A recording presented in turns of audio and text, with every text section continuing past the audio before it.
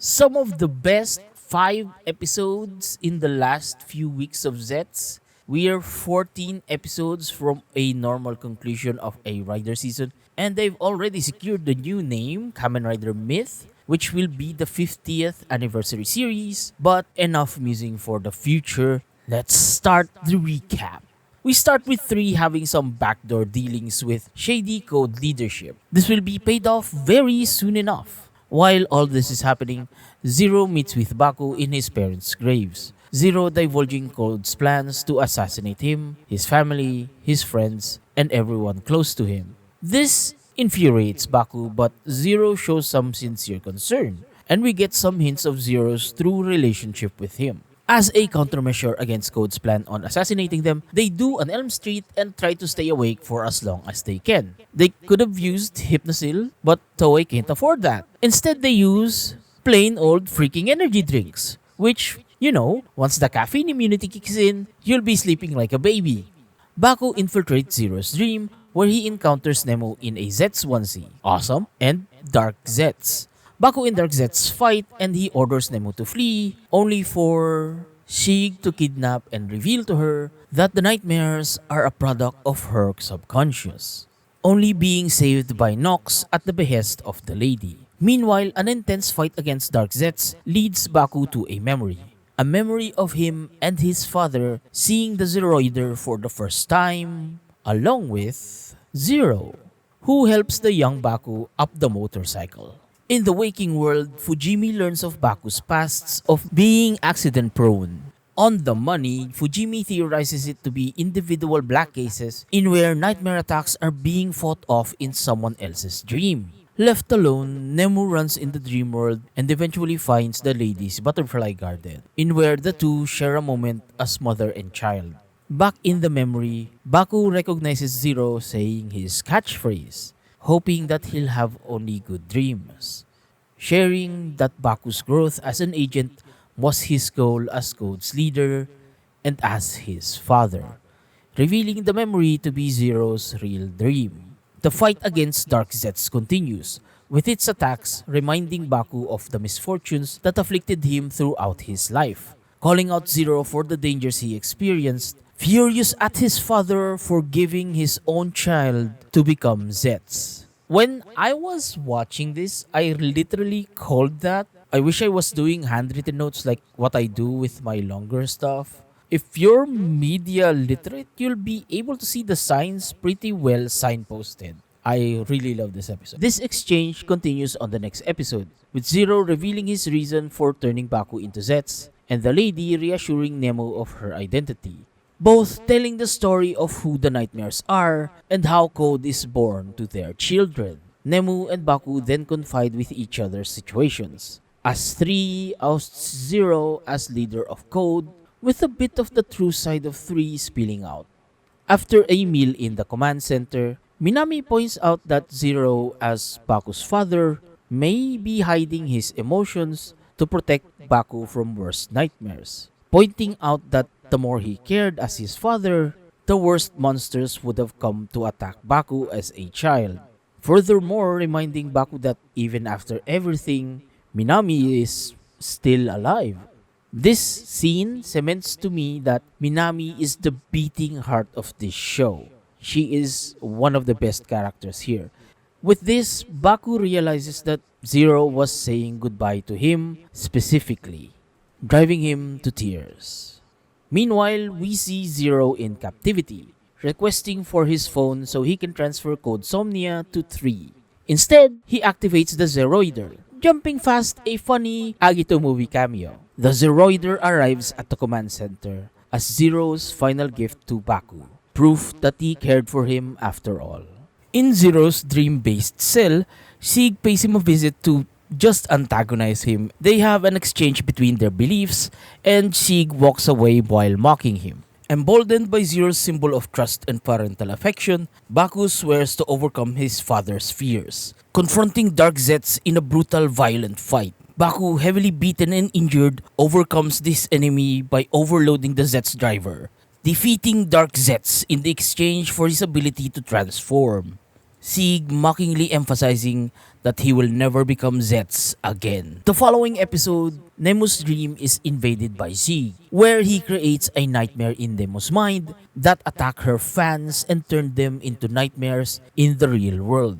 With Baku not able to sleep and the recovery capsule not able to restore his driver, the nightmares that appeared in Nemo's mind cause chaos in the city. And as the capsims are disappearing one by one after use, everyone gets their time to shine as fighters. But it's not enough to defeat a nightmare. And I just have to ask, where is Code? I thought they were supposed to be protectors. And after knowing what they'll do afterwards, I don't think they're ever interested in that after they removed Zero. Baku is beaten mercilessly while Nemu is being assaulted by Zeke. In desperation, the lady breaks the window in her garden, requesting power from something immensely terrifying, with the lady sleeping for the first time in many years. Back within Nemu's nightmare, she takes out a specific fan mail and sends it to Nemu. She reads it, revealing it to be Baku's. And as Baku is fatally injured, the words in the letter fade. Baku then awakening in the command center, wondering if he died. Baku decides to fix the Zeztz driver, hearing his comrades' voices dissuading and questioning him, his sister mourning his death. But they all hope for his success regardless. Oh my god, Black Sun quality fake beards.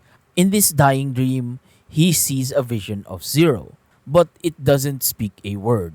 His presence instead reminding him of past knowledge. With enough belief, your dreams can come true. And as Baku successfully repairs his driver, the X-Dream form is revealed. And it looks amazing. The mission to rescue Nemu begins with an impressive effect, revealing Baku now has the ability to cross over to the dream world. Baku arrives at the nightmares he created for Nemu and starts a frankly great untransformed fight scene. Baku then infiltrates Sig's subconscious, showing Sig taken into captivity by Code, a fight in his dream. Oh my god, is that Tom? Got killed. Well, hope you get more roles, King. This dream reveals that Sig's dad is a big-time gangster and is the first major kill we witness. In his memories, it's revealed that Sig has been killing criminals, gangsters, and corrupt politicians in the dream world for quite some time, eventually turning him into a jaded vigilante that's sent loose by Code. Then, meeting with the punishment gore nightmare eventually fuses with it. In the waking world, Fujimi and Nazca are called in by the police deputy commissioner general asking for the information they've gathered through their stint as the paranormal affairs division. She continues to grieve Nemu on being the progenitor of nightmares, and Baku protects her honor and transforms to protect her. Now I have to comment on Baku's transformation pose for a bit. The first half where he drags his thumb across his lower lip, that's cool. But because of how the X-Dream Capsim works, it kind of negates some of the cool factor of the transformation. The effects afterwards where a swarm of lights surround the dark mist on his body that eventually fills it with shifting light is fantastic though. The fight between Sig and Baku commences, their two ideologies clashing. This fight turns into a classic anime fight real fast, where Baku shows off X-Dream's King Crimson and Crazy Diamond powers combined with his normal lucid dreaming powers, eventually overcoming Sig, defeating him with the coolest Cyber Connect as super attack.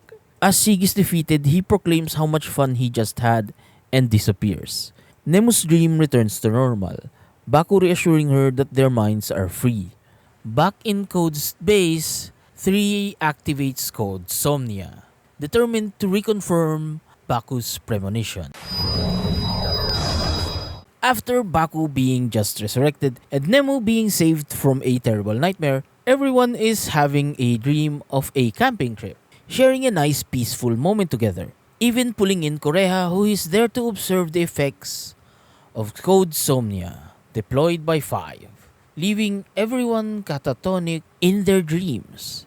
In the waking world, the affected people, Nazca, Fujimi, and even Minami, doesn't remember the events related to the nightmares. None of them remembering or recognizing nightmares at all, seeing them as drawings.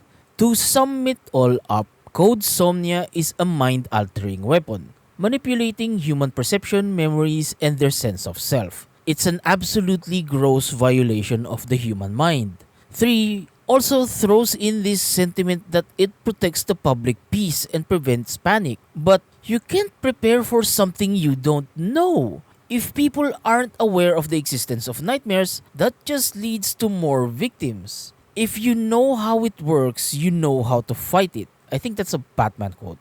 Somnia also altered the people's perception over Nemu, showing her as an anime character called Nemlin. Background on this drawing of the Nemlin illustrations were made by a Ganbaride Legends illustrator named Ito.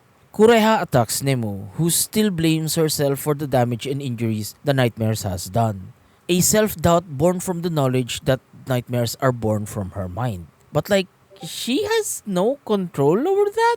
And maybe with some training, she can seal that away forever?